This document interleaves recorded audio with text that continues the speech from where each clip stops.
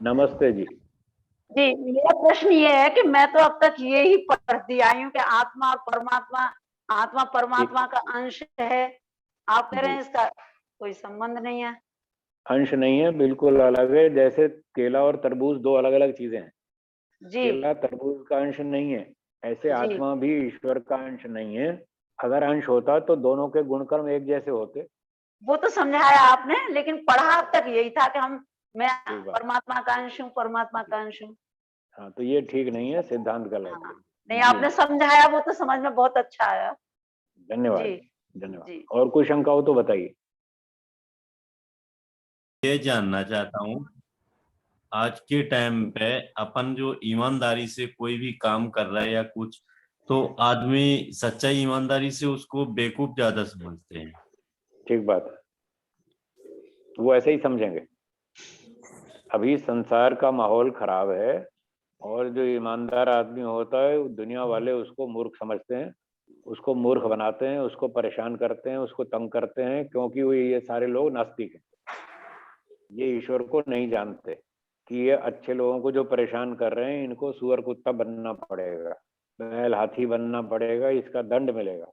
वो दंड उनको समझ में नहीं आ रहा, इसलिए वो अच्छे लोगों को परेशान करते हैं। तो आपको ये समझ लेना है कि अगर आप ईमानदारी से जिएंगे तो दुनिया वाले तंग करेंगे, और बेईमानी करेंगे तो ईश्वर तंग करेगा। दो में से एक तो आपको परेशान करेगा। अब आपको सोचना है ईश्वर का दंड भोगें या दुनिया वालों का, वो आपको निर्णय करना है। मैंने दोनों रास्ते बता दिए आपको। बेईमानी करेंगे तो ईश्वर दंड देगा, ईमानदारी से चलेंगे तो दुनिया तंग करेगी। अब सही बात है। दो चुनना पड़ेगा, वो आप जाने कौन। हाँ ईश्वर का जी। दंड भारी पड़ेगा, ईश्वर का दंड ज्यादा भारी पड़ेगा, दुनिया वालों का कम। तो आप सोच लीजिए क्या करना है। जी, अगला प्रश्न। हाँ स्वामी जी, जी बोलिए। बोलिए मैं ये राकेश शर्मा जानना जी। चाह रहा मैं ये जानना चाह रहा था कि यज्ञ करते हैं हम, तो बोलते हैं सूर्य ज्योति ज्योति सूर्य, सूर्य वर्चो ज्योति सूर्य। जी, तो इसमें हम सूर्य से प्रेरणा ले क्या ले रहे हैं, मांग रहे हैं सूर्य से क्या, ये स्पष्ट नहीं होता मुझे। सूर्य से हम प्रकाश लेते हैं, सूर्य से हमें बहुत सी बातें सीखने को मिलती हैं। सूर्य चमकता है तो हमें भी सूर्य की तरह चमकना चाहिए। सूर्य प्रकाश देता है, हमें भी सूर्य के समान प्रकाश देना चाहिए। अर्थात लोगों को ज्ञान देना चाहिए, अपने अंदर ज्ञान धारण करना चाहिए, कभी निरुत्साहित नहीं होना चाहिए, सदा उत्साहित रहना चाहिए, परोपकारी होना चाहिए, दूसरों की सेवा करनी चाहिए। ये सारी बातें सूर्य से हम सीखते हैं। ठीक है, हम यहाँ पे ब्रह्म का हम ब्रह्म क्यों नहीं लेते, ओम का ही नाम क्यों नहीं लेते? मैं ये जानना चाह रहा हूँ। हम जड़ वस्तु से संसार में केवल एक ब्रह्म ही थोड़ी है, और भी तो चीजें हैं ना। तो जड़ वस्तु की आराधना कर रहे हैं मतलब? नहीं, हम जड़ की पूजा इस तरह से नहीं कर रहे, हम कोई आरती नहीं कर रहे उसकी। हम तो उससे, जड़ वस्तु में भी अच्छे गुण होते हैं, उससे भी वो सीख लेना चाहिए। जड़ से भी सीखो, चेतन से भी सीखो, दोनों से सीखना चाहिए। जिससे जो लाभ मिले उससे लेना चाहिए। तो चेतन से करना ज्यादा लाभदायक होगा या जड़ से? नहीं, दोनों का अपना अपना लाभ है। चेतन से भी लाभ लीजिए, कोई मना नहीं है, दोनों से लाभ लीजिए। उसमें क्या मंत्र होंगे अगर मैं चेतन उसमें से? गायत्री मंत्र होगा, ओम भूर्भुवः स्वः तत्सवितुर्वरेण्यम। वहाँ गायत्री मंत्र से ईश्वर की पूजा करेंगे, उससे गुणों की धारण करेंगे, उससे वो भी तो लाभ करते लेंगे। हैं यज्ञ में। बस तो वही है। यज्ञ में कैसे करेंगे? ये तो करते ही हैं हम। यज्ञ में फिर जो यज्ञ में विद्वान लोग बैठे हैं वहाँ उनका सत्कार करेंगे, सुनेंगे, वो हमको वेदों की बातें बताएंगे। यज्ञ में उन विद्वानों से लाभ उठाएंगे, ऐसे हो। सविता सिंह जी अपना, सविता सिंह जी अपना ऑडियो खोल लीजिए। सविता जी, सविता जी बोलिए। सविता जी बोलिए। और जो भी प्रश्न पूछना चाहता है वो अपना माइक खोल ले जरा, और वीडियो खोल ले ताकि हम आपको बुला सके। हमारे ऐसा हाथ कर दे जी। कोई और प्रश्न किसी का हो? चलिए, सम्मानित दुबे जी, सम्मानित बाबूलाल दुबे जी, कोई प्रश्न अगर आपके पास हो, कोई शंका हो तो पूछ सकते हैं। जी हम प्रार्थना बोलते हैं, सुखी बसे संसार सब दुखिया रहे न कोई, तो हम कहाँ इसमें पुरुषार्थ कर रहे हैं? देखिए, आप हमने कोई पुरुषार्थ नहीं पुरुषार्थ नहीं करेंगे। किया। सुनिए सुनिए, अब उत्तर सुनिए। जी आप पुरुषार्थ जो करेंगे, जितनी आपकी सीमा है उतना पुरुषार्थ करेंगे। आप कहते हैं जी सारी दुनिया सुखी हो जाए, आप उसके लिए इतना पुरुषार्थ नहीं कर सकते। तो ईश्वर आपकी केवल कोरी प्रार्थना से आपको कोई फल नहीं देगा, न वो आपकी सुनेगा। प्रार्थना वो करें जिसके लिए आप पुरुषार्थ कर सके। तो पुरुषार्थ ये करना है कि आप दूसरों को बताएं, सिखाएं, पढ़ाएं, भाई अच्छे काम करो, बुरे काम मत करो। जितना आप पुरुषार्थ करेंगे फिर उस हिसाब से प्रार्थना करें और भगवान से ये कहें कि ये जितने लोग हैं हम इनको पढ़ाते सिखाते हैं, ये सब मेहनत करें और अच्छे काम करें और सुखी रहें। इस तरह की प्रार्थना करनी चाहिए। और अगर आप ये कहें सुखी बसे संसार सब, तो ठीक है, आपकी भावना आप व्यक्त कर रहे हैं। जब दूसरे लोग अच्छे काम नहीं करते तो वो सुखी नहीं होंगे, केवल आपके कहने से नहीं होंगे। ईश्वर आपके कहने मात्र से वो उनको सुखी नहीं करेगा। ईश्वर न्यायकारी है, वो कहता है कर्म करो, जो अच्छा काम करेगा उसको सुख दूंगा। तो इस प्रकार से सारे लोग अच्छे काम नहीं करते, इसलिए सारे लोग सुखी नहीं हो सकते। पर ऐसा बोलने से आपकी भावना अच्छी रहेगी। आप अपनी भावना को शुद्ध रखने के लिए जरूर कहते रहिए कि सब लोग अच्छे काम करें और सुखी हों। ठीक है जी? जी, और किन का प्रश्न है? जी क्षमाधर माता साहब, हमने आपका माइक खोल दिया, बोलिए। कोई प्रश्न हो तो पूछ लीजिए। नहीं ठीक। चलिए, हमारे गाजीपुर से विवेक जी जुड़े हुए हैं। विवेक जी, आपका कोई प्रश्न हो तो पूछ लीजिए। विवेक जी हमारे अध्यापक साथी हैं, गाजीपुर से जुड़े हैं।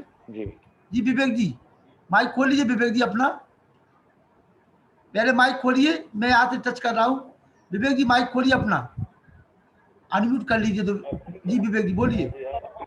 स्वामी जी नमस्ते। हाँ नमस्ते जी, बोलिए।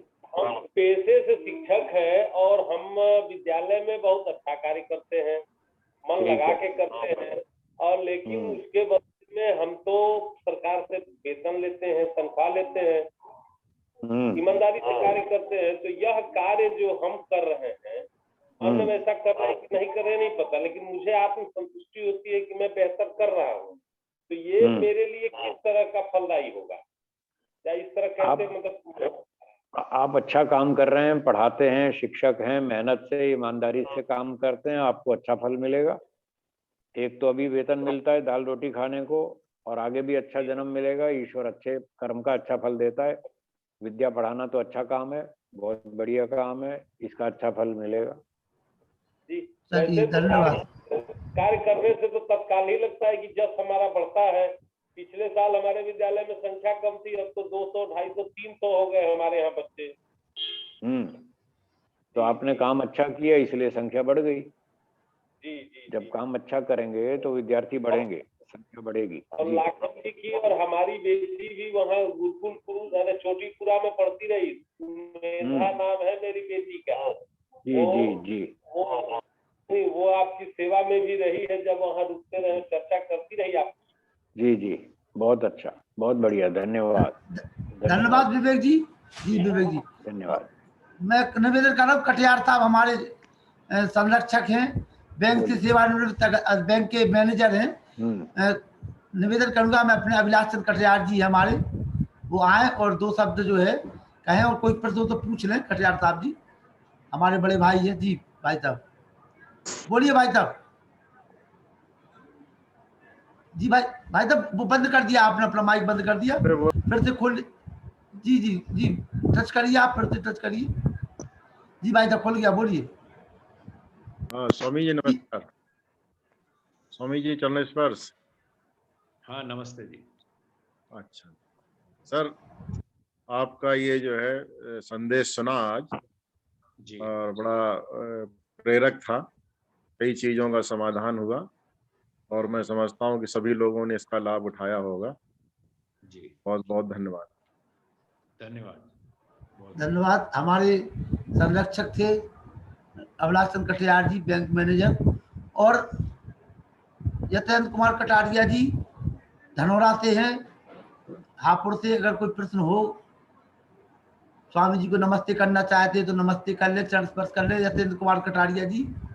जी पूज्य स्वामी जी महाराज के श्री चरणों में मेरा कोटि कोटि नमन वंदन। बहुत बहुत धन्यवाद। और मेरी ओर से भी निश्चित रूप से आज दीपावली की पूर्व संध्या पर हम उस ऋषि के मिशन से, उनके विचारों से ओतप्रोत होते हुए वेद मार्ग पर चलने का, उस पर और ज्यादा सुदृढ़ होने का जो पावन संकल्प पूज्यपाद स्वामी जी महाराज जी के सानिध्य में ले रहे हैं, निश्चित रूप से ये हमारे पुण्य फलों का प्रतिफल है और हमारे लिए परम सौभाग्य की बात है। मैं आर्य समाज मंडी धनौरा जनपद अमरोहा की ओर से डॉक्टर यतीन्द्र कटारिया विद्यालंकार पूज्यपाद स्वामी जी महाराज को और सभी उपस्थित महानुभावों को दीपावली की हार्दिक शुभकामनाएं देते हुए धन्यवाद। लालचंद खुर्जा, लालचंद खुर्जा प्रवक्ता है हमारे, इंटर कॉलेज के प्रवक्ता है लालचंद खुर्जा जी, अंधेरे में बैठे। बोलिए जी, बोलिए लालचंद जी। मेरा नमस्कार।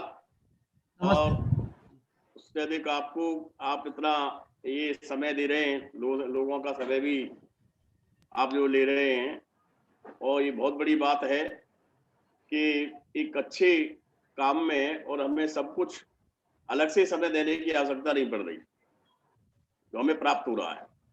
बड़े बड़े विद्वानों से हमारी हूबहू परिचय हो रहा है। एक बात मैं स्वामी जी से जानना चाहूंगा कि भिन्न भिन्न विद्वानों ने अब तक जो विचार व्यक्त किए, उसमें एक बात आई कि ईश्वर न तो किसी का हित करते हैं न किसी का अहित करते हैं। तो जब हित या अहित करते नहीं है तो फिर ज्यादातर लोग तो इस आकांक्षा में ही ईश्वर की आराधना करते हैं कि वो उनको कुछ प्राप्त हो जाए। मोस्टली भौतिकवाद में लोग जुड़े हुए हैं और वो ज्यादातर लोगों की आकांक्षा यही रहती है कि हम ईश्वर की आराधना करेंगे, मंदिर जाएंगे, पूजा करेंगे, अर्चना करेंगे तो उससे हमें कुछ प्राप्त होगा। तो जब प्राप्त होता ही नहीं है उसको करने से, तो फिर ऐसा क्यों करते हैं कि वो उनकी आराधना करें, पूजा करें? इसका उत्तर ये है कि ये कहना गलत है। तो फिर आवश्यकता ही क्या है? ये कहना गलत है कि ईश्वर किसी का हित नहीं करते। ये बात बिल्कुल झूठ है, 100% झूठ है। अगर ईश्वर हित नहीं करते होते तो क्यों लोग मंदिर में जा रहे हैं, क्यों पूजा कर रहे हैं? जी जी। अगर वो कर रहे हैं तो उनके दिमाग में कुछ होगा ना कि ईश्वर हमारा हित करेगा, तभी तो कोई किसी के पीछे जाएगा। जी। तो ये झूठ है कि ईश्वर हित नहीं करते। ईश्वर हित करते हैं, जो अच्छे काम करते हैं ईश्वर उनका हित करते हैं। देखिए, आपको मनुष्य का शरीर दिया ईश्वर ने, मन दिया, बुद्धि दी, इंद्रियां दी, माता पिता दिए, खाना पीना, सारी सुविधाएं दी। क्या ईश्वर ने आपका हित नहीं किया? रामा बहन जी, जी रामा शर्मा जी, डॉक्टर रामा शर्मा जी मेरठ, बहन रामा शर्मा जी, डॉक्टर रामा शर्मा जी मेरठ, डॉक्टर रामा शर्मा जी मेरठ जी। बहन जी आ जाइए। अश्विनी कन्नौज जी आप तैयार रहिए, वीडियो खोल लीजिए। अश्विनी कन्नौज जी आइए। बहन डॉक्टर रामा जी, बहन जी बोलिए। जी जी, मैंने स्वामी इनका आचरण बहुत अच्छा सुना, लेकिन अभी कुछ गेस्ट की वजह से पूरी तरह नहीं सुन पाई। आज कुछ ज्यादा बिजी चल रही, फेस्टिवल्स चल रहे हैं ना, लेकिन फिर भी बहुत कुछ अच्छा सुनने का मिला है स्वामी जी का। जी बहुत बहुत अच्छा लगा। कोई प्रश्न? चलिए बहन जी, हमने कहा कोई प्रश्न तो नहीं है आपका। चलिए बहुत बहुत धन्यवाद आपके लिए। मैं निवेदन करने लगा हूँ, हमारे कैलाश चंद्रा बहन जी जुड़ी हैं। कैलाश चंद्रा जी ने माइक खोल लिया है। बहन जी अपना माइक खोल लीजिए। कैलाश चंद्रा बहन जी माइक खोल लीजिए। अब विराम की ओर चलेंगे। कोई अंतिम प्रश्न हो तो अंतिम। जी सभी को सादर नमस्ते जी। स्वामी जी के चरणों में वंदन जी। स्वामी जी, मैं आपका प्रवचन पहले मैं रोज सुनती थी, अभी मैं लिंक नहीं मिल पा रही है मुझको जी। आप नंबर सेव कर लीजिए, जिस लिंक से आज जुड़ी थी उसी लिंक से आप नंबर सेव कर लीजिए। 5 तारीख को पुनः महर्षि दयानंद सरस्वती का जो निर्माण दिवस है, 5 तारीख को उस दिन कार्यक्रम होगा और विष्णु मित्र वेदार्थी जी आप सभी के बीच में आएंगे। और 8 तारीख से 14 तारीख तक संगीतमय वाल्मीकि राम कथा। जी जी जी। स्वामी परिवार जी के मैं सुनती थी पहले, लेकिन अभी मुझे लिंक नहीं मिल पा रही है। आप हमारा नंबर नोट कर लीजिए तो लिंक मिल जाएगा आपको। ठीक है जी। राजा राम जी। जी जी धन्यवाद। पहले आपको स्वामी जी के पहले लिंक कहाँ से मिलती थी आपको?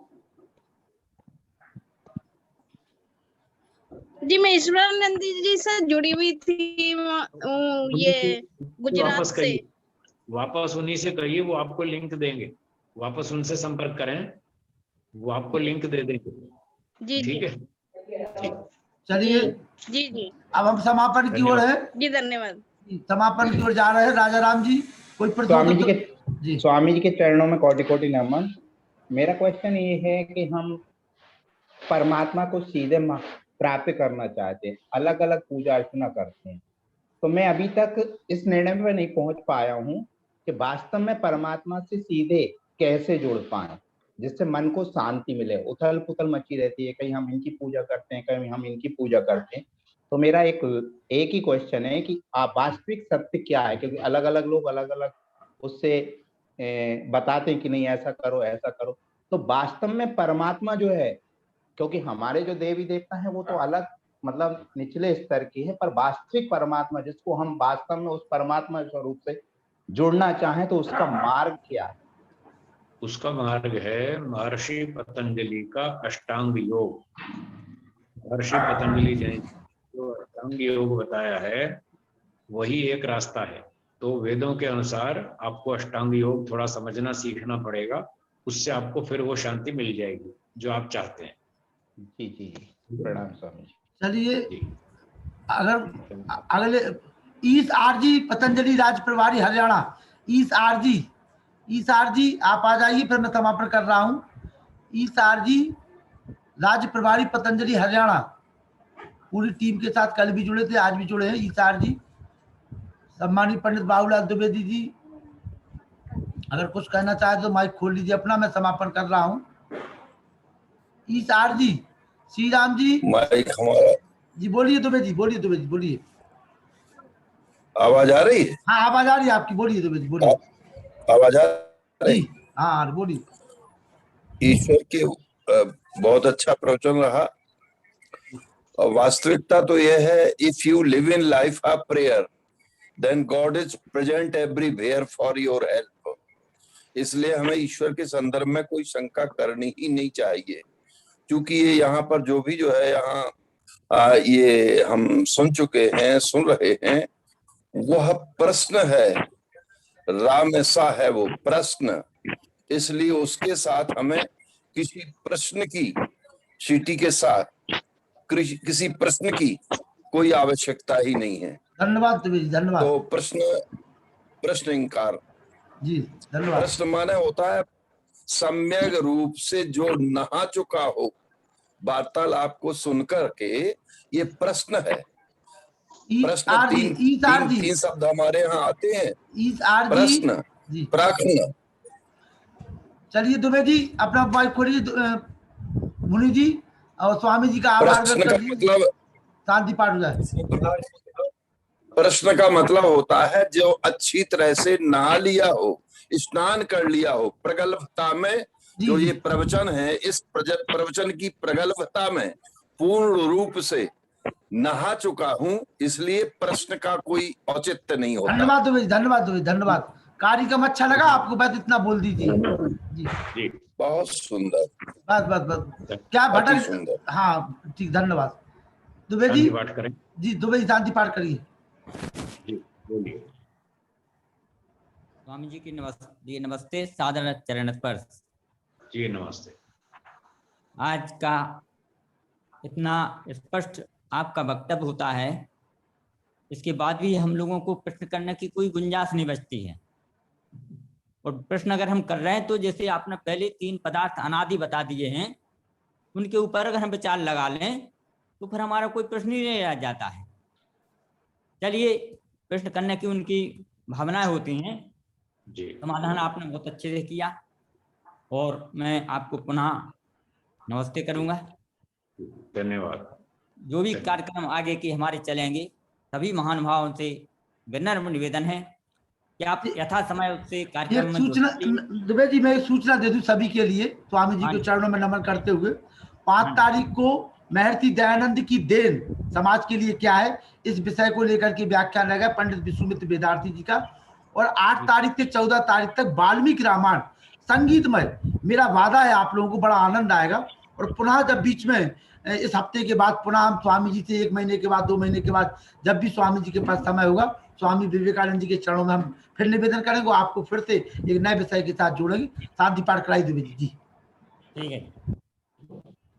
ओम देव शांतिरंतरिक्षं शांति पृथ्वी शांतिरापः शांतिरोषधयः शांति वनस्पतयः शांतिर्विश्वदेवाः शांतिर्ब्रह्म शांति।